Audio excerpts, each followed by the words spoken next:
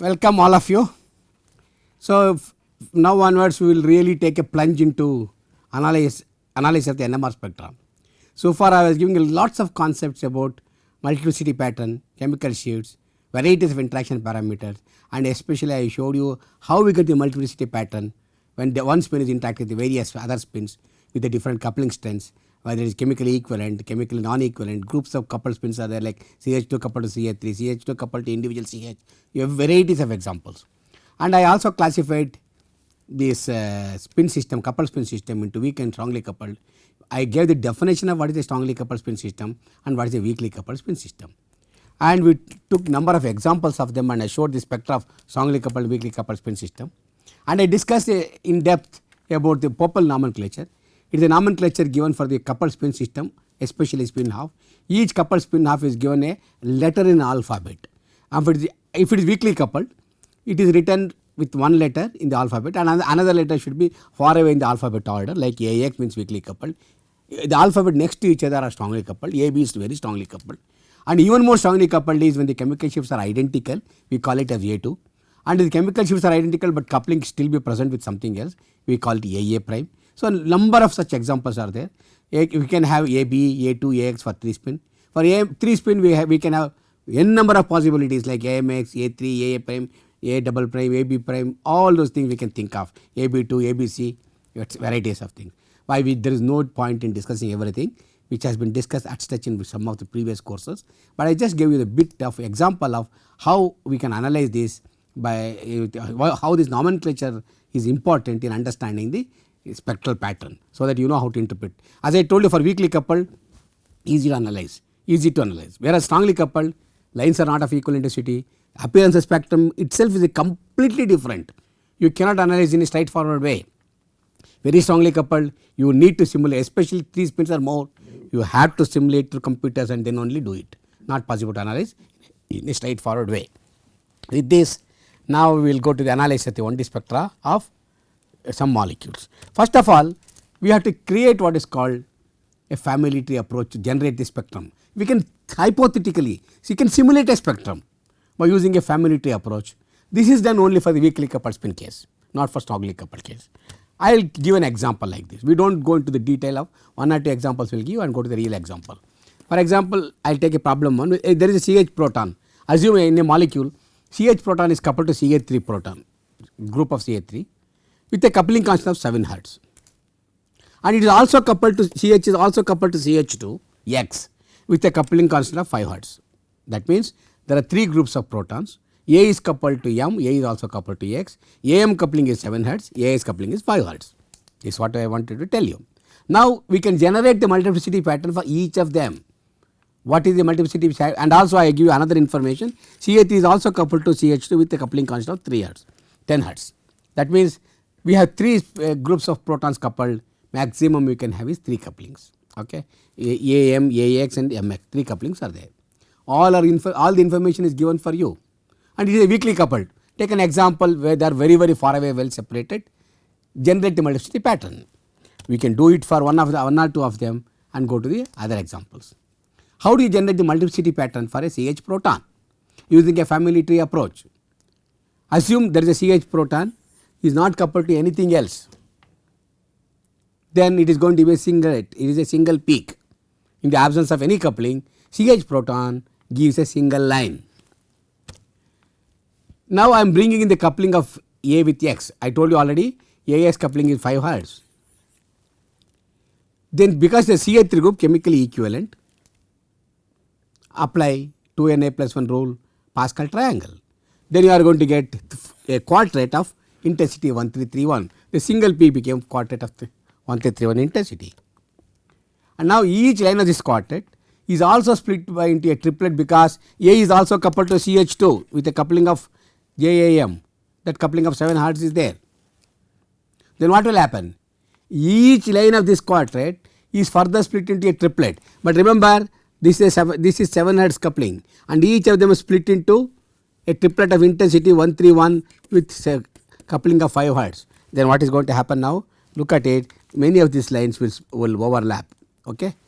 Now if you start it, this is a triplet 1 to 1 intensity, this peak. Another one again 1 to 1 intensity, but because this separation is 7 hertz and this separation is 5 hertz, you see there is a overlap, crossover. As a consequence, you will make mistake in analyzing the multiplicity pattern. So, but you should know how to extract the multiplicity information from a given complex multiplex spectrum. And again another one. See, this is what it is.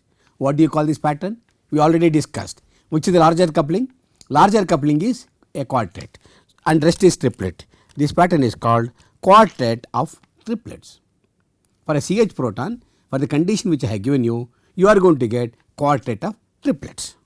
Let us go to the example of another one, CH2 proton, same molecule. We have, I told you CH2 is coupled to CH3 with 10 hertz coupling, and of course it is coupled to other one CH proton with 5 hertz. How do you generate the multiplicity pattern now?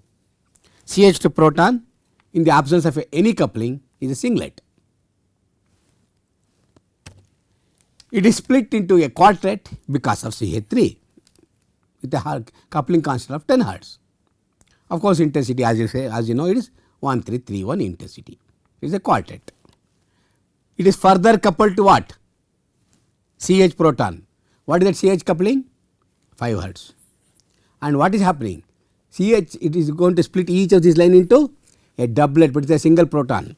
So, it is going to split each of these line into a doublet. And doublet there is no overlap because the separation is 10 hertz and the coupling is only 5 hertz. So, there is no question of this getting overlapped because 5 hertz from the center 2.5 hertz here, 2.5 hertz here, there is no overlap, but everything is very clearly separated out, and this is a doublet, this is a doublet. What do you call this pattern? Largest coupling is quartets, other is doublet. So, it is called quartet of doublets. In a hypothetical example of a molecule, we can generate a spectrum like this. Of course, multiplicity for the CH3 group also we can do, finish with that. CH3 is coupled to CH2 and CH. In the absence of any coupling, again CH3 is a singlet. Now, I am going to bring the coupling to CH2 of 10 hertz. So, this line is going to become a triplet, very clear, it is going to become a triplet. What will happen now?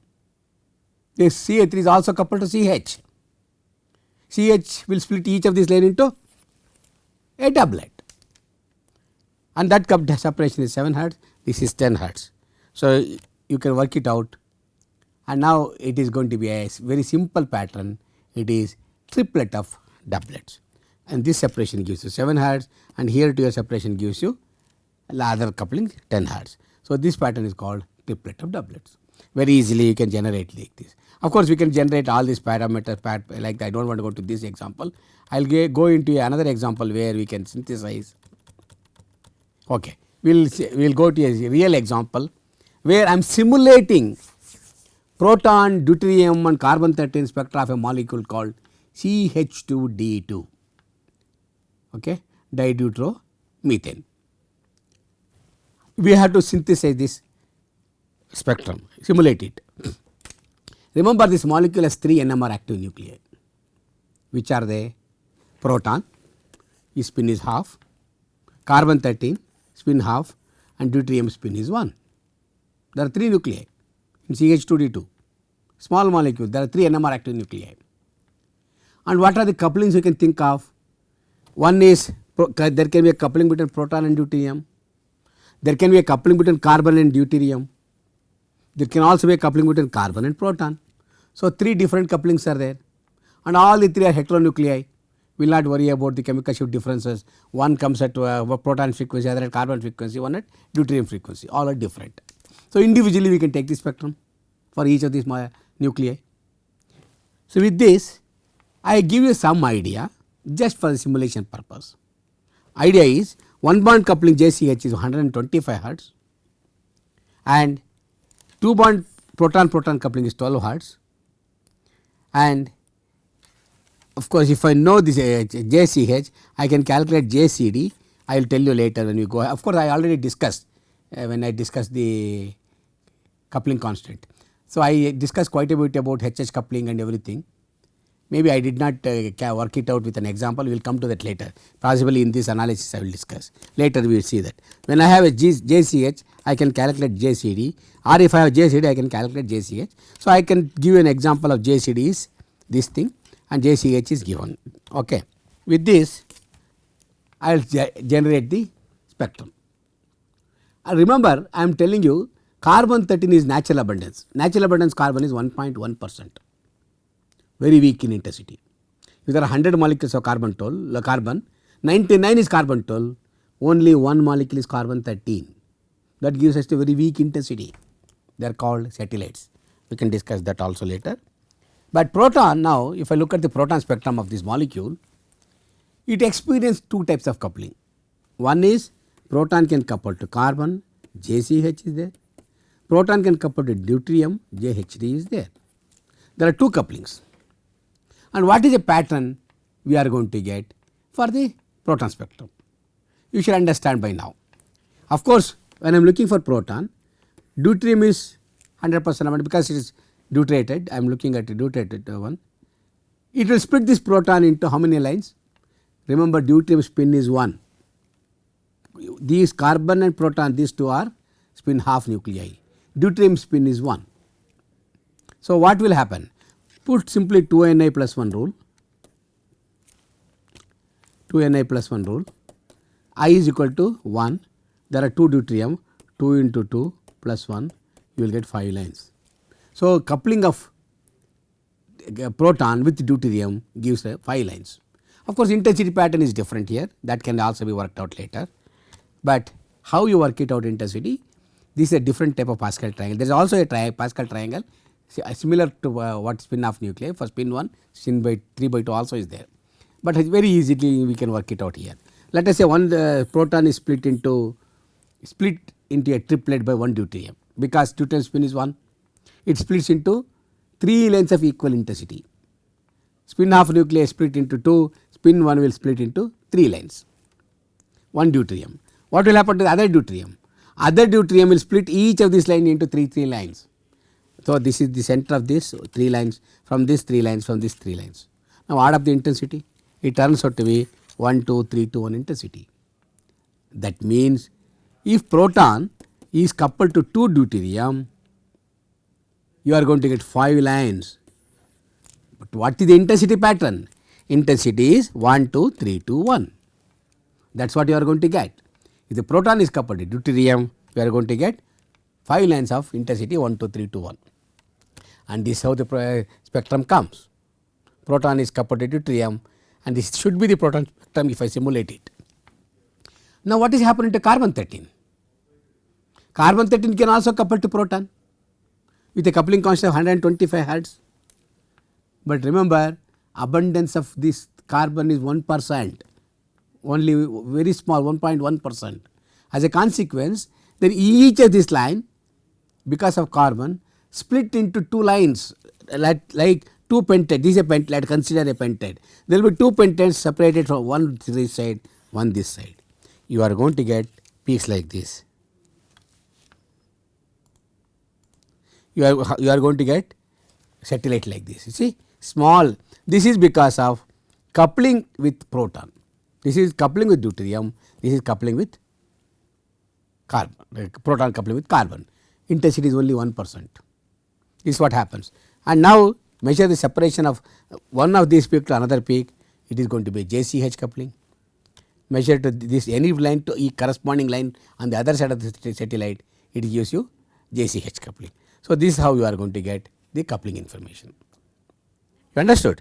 So, each line of this thing is further split, and this is what the proton spectrum is like this. Okay? This is how the proton spectrum is going to split. Let us look at the carbon 13 spectrum of CH2D2. How does the carbon spectrum comes? Very easy. Carbon is split into a triplet because of H2, chemically equivalent spins. We have to get the intensity pattern 1:2:1. A triplet you are going to get. Then each line of the triplet is split into a pentate, a 5-line pattern because of deuterium coupling. This is what happens. So, CH coupling is there, DH coupling both are there. As a consequence, you are going to get a pattern like this. The overall pattern is 1 2 3 to 1 intensity, a quintet you are going to get, and the 13th spectrum really is like this. One, a triplet because of 1 JCH, direct coupling between carbon and proton, and each line of this is further split because of the deuterium coupling is like this. And this is how the pattern you are going to get. If you take the carbon 13 spectrum of this molecule, you will get 15 lines. This center of this to center of this gives you JCH. Any two adjacent lines you take, here you are going to get JCD. Okay. All right. And this is JHD and this is JCH you are going to get, fine. Now we will see the deuterium spectrum of this molecule. Another nuclei. We saw how the carbon spectrum comes. We saw how the proton spectrum comes. Let us now try to understand the deuterium spectrum. Deuterium spectrum is a triplet because of protons, of course, and spin-off nuclei. It will be a triplet, and each line of the triplet is further split into a doublet because of carbon 13. Okay, it appears as satellites.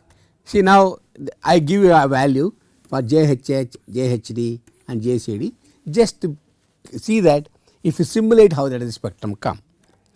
First of all, it is going to be a triplet. Proton, deuterium coupled to proton will be a triplet, and the coupling is very small. JHD coupling is only 1.94, but I have written like this just to make you understand.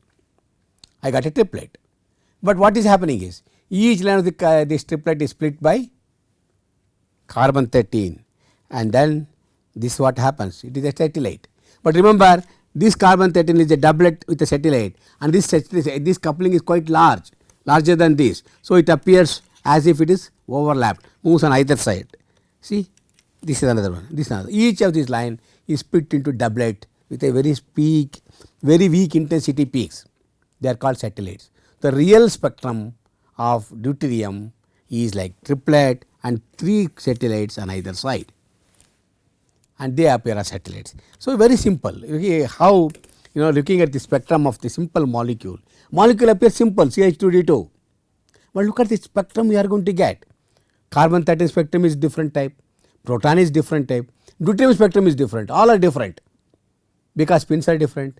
One is low abundant carbon 13 that appears as a satellite. When you look at proton, deuterium is going to give quintet. When you look at deuterium, proton will split this into a triplet, and for each of these line carbon splits them into triplet. When you directly observe carbon, is a different question. Satellite question does not arise. When you observe carbon, proton split this into a triplet, and each line of the triplet splits into a quintet because of deuterium.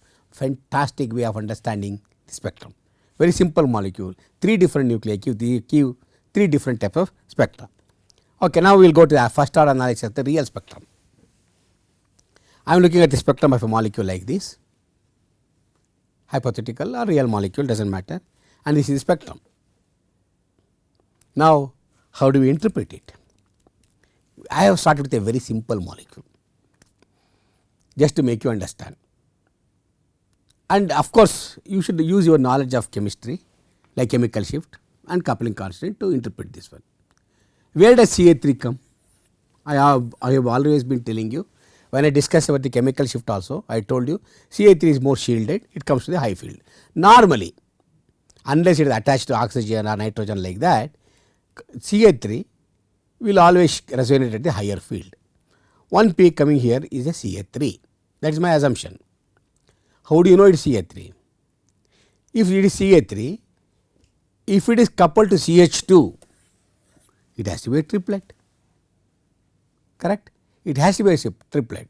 So, as a consequence, I would say this is a Ca3 which is coupled to this CH2. Why not this CH3? There are 2 CH3s here, but remember this CH3 is attached to CH, that will only split this into a doublet. This CH will split this CH3 into a doublet. Since it is a triplet, this cannot be this Ca3, this has to be Ca3 proton 4. I can easily assign. I will that number 4 I can assign for this peak. Then obviously other CH I know. This is has to be other CH because this is coupled to CH and it has to be a doublet. So, this is a proton 1. Then what is the next one? one is CH2, other is CH. Interestingly, both of them will give rise to quartet because CH3 will split this into quartet, this CH3 will split this into quartet. There are two quartets. Now tell me which is the CH2, which is CH. First you have to think of this separation and separation of one of them should match. That is the coupling between CH2 and CH3, and this separation and separation of one of these J coupling should match, that is another CH3. We can identify. Simplest possible way, look at the intensity. This is 1, this is 2, 2 is to 1. Obviously this has to be CH2, double the intensity. This is proton 3, this is proton 2 because intensity is half of that. Another way is you measure the separation here, J coupling, see which it matches, whether this or this, then you know what is that one. Very easily you can make the analysis. So you can look at the chemical sheet, look at the intensity pattern and look at the multiplicity patterns, measure the coupling. Using all these three information you can analyze the spectrum very easily, and if you analyze this, and this is how it comes. This is proton 1, this is proton 2, this is proton 3, this is proton 4, very easily. So very easily we can analyze this one. Okay. Next we will go to another molecule. What is the other molecule? This one. This spectrum is simple. Again this is a first order analysis. Remember, it is a first order analysis, means they are weakly coupled, it is not strongly coupled. So first order analysis means straight away you can get the chemical shift and coupling constants. Direct assignment can be made without resorting to numerical simulations or anything. That means first count the number of individual chemically inequivalent protons in the molecule. There are 1, 2, 3, 4, 5, 6. There are 6 groups of protons in the molecule. How many groups of peaks are there? There are 6 groups of peaks here. You can understand. Now start interpreting. Of course, these two have to be a triplet. It is because of this CH3 and this CH3. Why it is a triplet? Because each of the CH3 is attached to CH2. This CH2 will split this into a triplet. This CH2 will split this into a triplet. There are 2 triplets on high field. As a consequence, this has to be 2 CH3s. Which is 1 and which is 6 is a matter that we have to discuss. As I already told you, you have to look at the separation of this J coupling of this and match with other one to which it is coupled to. You can extract that information. Easy to analyze. If it is all of them, let us say both of them are equal J coupling. Still if you want to know which is which, there are ways to analyze. When you go ahead further, we can find out by using Cauchy and other 2-dimensional techniques. But we do not have to go to that one. In this is a fairly simple molecule, straight away we can get this information. Okay. Now what is the next easiest analysis you can make? Easiest analysis next is 5, because 5 is coupled only to CH2. I am sorry, CH3. When it is coupled to CH3, what is the pattern you expect for 5? It has to be a quartet. Where is the quartet here? Only quartet is here. This has to be proton 5. All others are not quartet, their multiplicity is different. Now come to these 3 protons. How do you interpret it? What about this one? That can couple to this proton 3 CH2, and it has to be a triplet. Where is the triplet you can think of? See, one is, of course this triplet is methyl, we know that. Where is the other triplet we can think of? It is here. And also very interestingly, it is attached to oxygen. As a consequence, it has to move to the downfield. Very easily you can assign this one. So this has to be, my first guess is this should be proton 4. I have analyzed 1,6, this is a proton 5, this is proton 4. Now what are left? 2 and 3. In the 2 and 3, which one is more complex? 2 or 3? Look at it. Which is more complex? The more complex is proton 2. Why? The reason is this proton 2 is split into a quartet because of the CH3, and each line of the quartet is split into a triplet because of this. So it is a more complex pattern. What about this one? This one is split into a triplet because of this, and each line of the triplet is further split into a triplet because of this. So more complex pattern is this of the 2. Obviously I will say this is 2. This is compared to this is less complex. I would say this is proton 3. So, now we can easily interpret just by looking at the multiplicity pattern, and we know where the peak will resonate. So, very easily this sextet has to be proton 2, this quintet has to be proton 3, and this has to be proton 2, and this is 5. That is what I said. So, very easily we could interpret this molecule. It is a very simple molecule, fairly easy to interpret. This is a first order analysis of the proton spectra. We will go to a little bigger molecule. As the molecule size increases, the complexity becomes more and more. Look at this molecule. Where do you start with? Always count the number of chemically inequivalent protons. There are 1, 2, 3, 4, 5, 6. I have numbered it, but forget about 6. There are 1, 2, 3, 4, 5, 6, 7. 7 groups of protons are there. Which are the 7 here? See 1, 2, 3, 4, 5, 6, 7. Very easily you can find out. Very fact they are well separated. Chemical shifts are far away separated between themselves. I would say it is weakly coupled. So, first order analysis should be easily possible to do. We will assume first order analysis we can do. Now, what is the first one you can think of? Always look for the high field. High field is Ca3. This Ca3 can couple to this CH2 and becomes a triplet. So, this is a triplet. This has to be proton 8. My first guess is right. Then this one will become what? Has to be a quartet. Where is a quartet you can think of in this case? All are of multiplicity pattern is more except this one. This is a quartet. This has to be proton 7. This also agrees with the our this thing chemistry information, because it attaches C double bond O and O. This is electronegative. It will withdraw this, get more D shielded, comes at the low frequency region.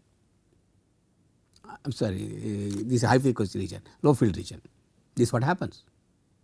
So, easily you ascend S8 and ascend 7. What are the remaining? Remaining you can still think carefully. One of them, look at this proton. This is coupled to only this one. What is the pattern you think of for it? It has to be a triplet, because this is coupled only to this, nothing else. And further it is attached to bromine, which is electronegative. So, it comes to the downfield, low field region. And low field you see where is the triplet? This is the only triplet possible. So, for my first guess is this could be proton 1. I have answered 8, 7 and 1. What is the remaining thing we can think of? Where is another triplet? Look at this one. This is one possibility. This is coupled only to this, nothing else.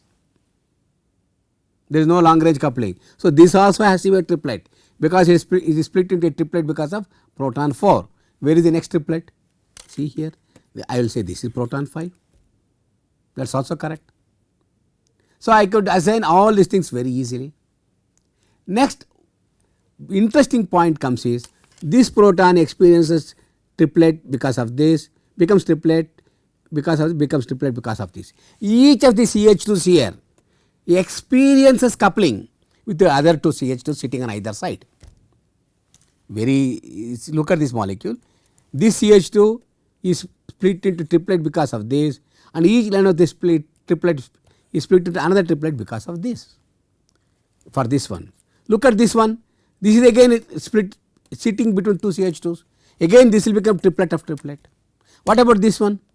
This is sitting between two CH2s. As a consequence, this is also triplet of triplets. See, this is the pattern you are going to get for these of them. Almost identical pattern. Look at this one. Now, how do you say which is 2, which is 3 and which is 4? What is the logic you apply? Pattern is similar. All of them are independent, but there is a difference in the chemical shift.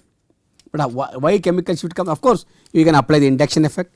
Because of this, this will be more low field, and this is further low field, like that. You can start for this one induction effect, this will be next, like that. You can apply some chemistry rule and find out using the induction effect what is what. Okay, we will make a rough guess using our chemistry knowledge and find out what is what. This is the first my assumption 8 Ca3, then this is 7, that is what I said, it is a quartet, this is a triplet, and I said this is 1 because it is only a triplet, that is also correct. Then I said this is a triplet 5 because there is the only possibility for a triplet, Then I said this is triplet after triplet. I put this as 2 because I assume there is a more induction effect comes to downfield, that is also possible.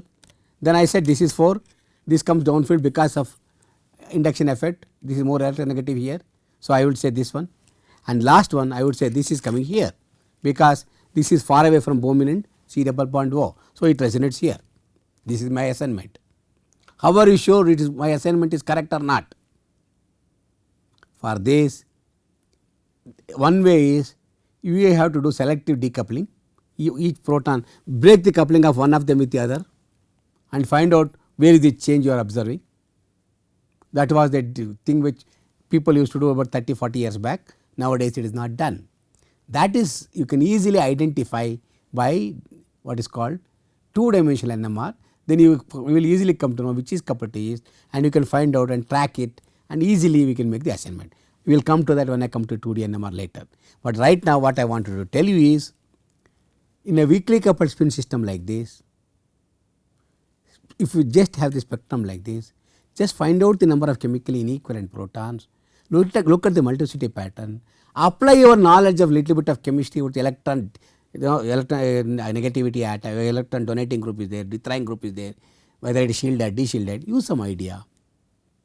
And then third point, measure the intensity of the peaks, then easily you can measure it, you can make the assignment. So, this is what we did, and we can go further and start making the assignment. Since the time is up, I am going to stop here. We will get lot more examples tomorrow, next class, lot more examples we will take. But today what I wanted to tell you is, we really jumped into the analysis of the proton spectra. This is the main aim of this course, to make you more comfortable. If a spectrum is given of any nuclei for that matter, how do you interpret it? What is the idea you have to do apply? How do you go ahead in interpreting this? What I wanted to discuss, and we simulated the spectrum using a family tree approach for some hypothetical molecules. And I took the CH2D2, a simple molecule, where 3 different nuclei, there 2 spin off and 1 spin 1. We simulated the spectrum for each of them. We saw how when it is coupled to other nuclei, spectrum changes. What type of spectra we get for carbon, proton and deuterium we observed. And then a realistic example of some of the molecules I took, starting with a simple molecule, then little bit complexity keeps increasing. We will go ahead further with, we will take few more examples. As the complexity increases, how it comes we will see.